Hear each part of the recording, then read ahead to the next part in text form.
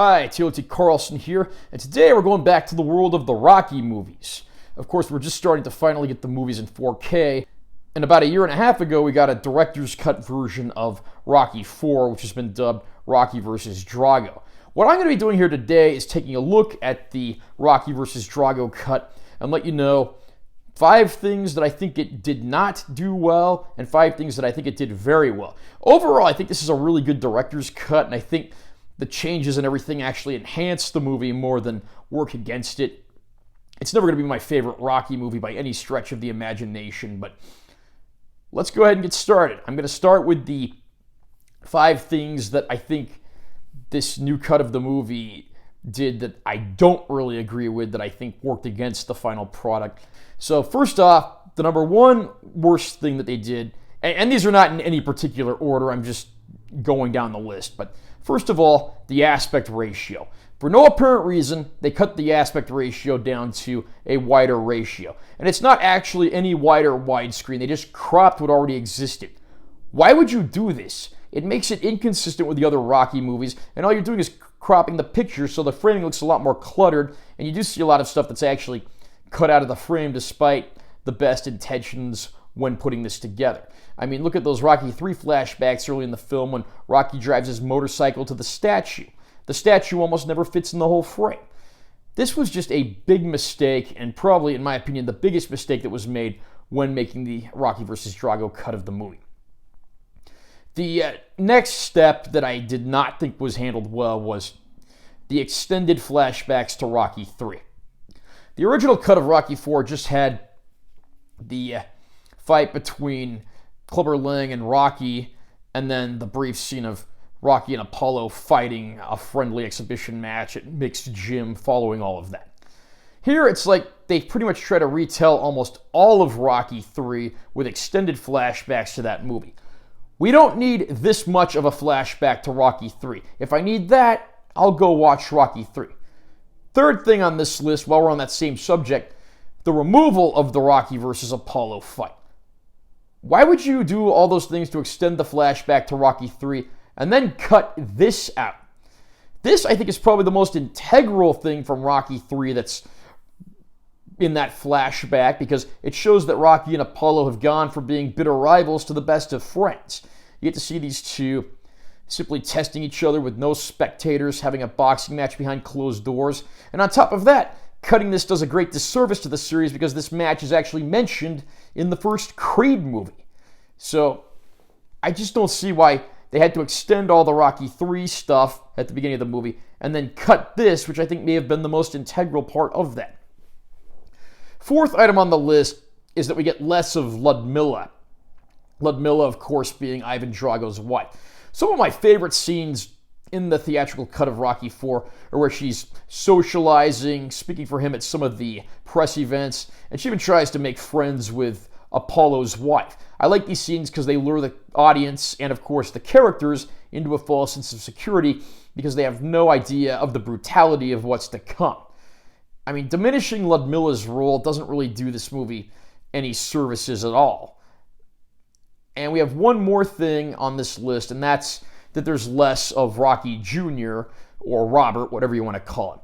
Rocky Jr. has never really been an integral part of the series except for in Rocky V and Rocky Balboa, both of which are still waiting to make their debuts on 4K, but I do like the scenes of Rocky Jr. watching the fight in Russia on TV because it shows him rooting for his dad, and it's just like he's in considerably less of the movie as a result of this. There were already some other scenes that were cut that had him in those. We're going to get to that in a little bit, but because of that, there's very little footage of Rocky Jr. in the new cut. There's the scene where Rocky's on the bed with his son and they're having the discussion, Rocky insisting that he's not scared, but that's really the only substantial scene of Rocky Jr. that remains. Those are the 5 things I was not a fan of in the Rocky vs. Drago cut, but now I'm going to get to the 5 things that I think actually do work in the movie's favor. First of all, cutting Siko.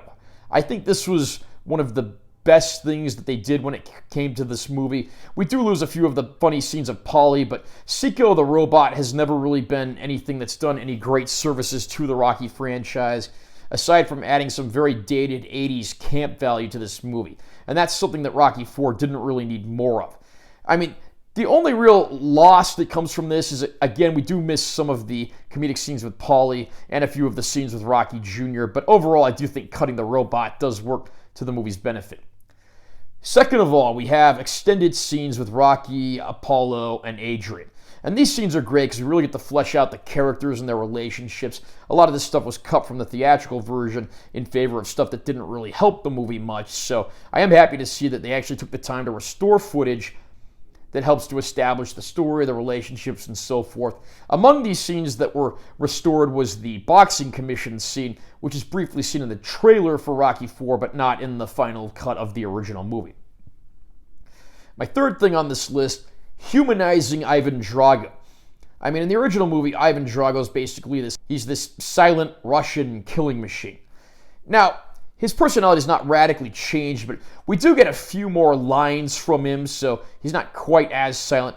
They still don't make him a chatterbox or anything, thankfully, but also when we get to see the fight in Vegas where he kills Apollo Creed, when he's being raised into the arena during the Living in America music number, we see more of this from his perspective and how daunting and strange this is for someone like him to see. So we actually start to see that maybe he has a little bit of insecurity and so forth from scenes like that.